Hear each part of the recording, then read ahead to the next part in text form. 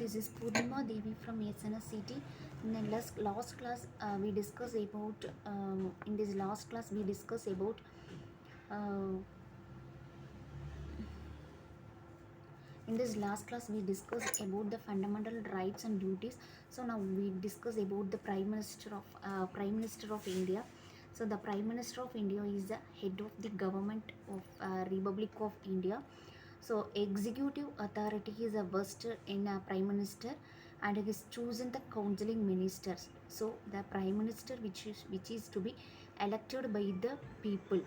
So the majority of the person the who's that particular party who's give the three-fourth of the majority, so that particular person elected for the prime minister.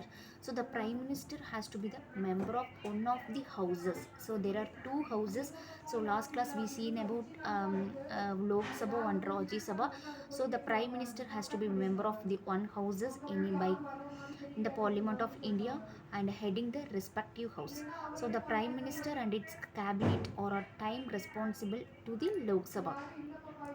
So the Prime Minister is appointed by the Prime President of India. He is appointed by President of India and he is elected by the people.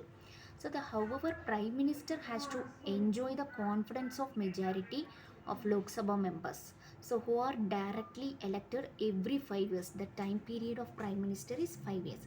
So the Prime Minister can be a member of Lok Sabha or the Rajya Sabha, the upper house of the Parliament. So the Prime Minister control the election and dismissal of members of Union Council ministers and collection of posts to the members with the government. So the longest serving Prime Minister was Jawaharlal Nehru, also the first Prime Minister. So his uh, ten, tenure lasted 16 years and 286 days. His membership was followed in Lal Bahadur Shastri short tenure, Indira Gandhi's 11 and 4 years long tenure. So both politicians belonging to the Indian National Congress.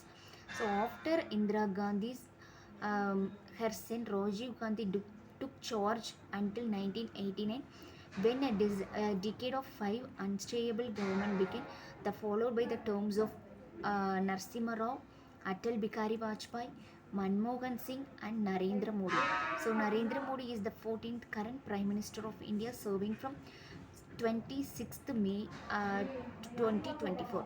So the roles and responsibilities of the Prime Minister is he is the leader of the Parliament.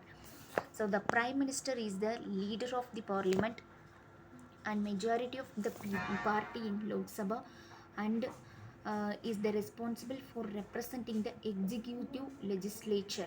So the Prime Minister decides the agenda of House and summons or and progress of Parliament. So the cabinet and he is also be the cabinet leader. So the Prime Minister chairs cabinet meeting and is responsible for the general supervision of ministers. The Prime Minister also distribute and redistribute work of ministers and can assign or reassign the portfolios. So he is the policy maker also. The Prime Minister is a chief spoken of government policies in the Parliament and is responsible for announcing important legislation, and he is the advisor of the president also.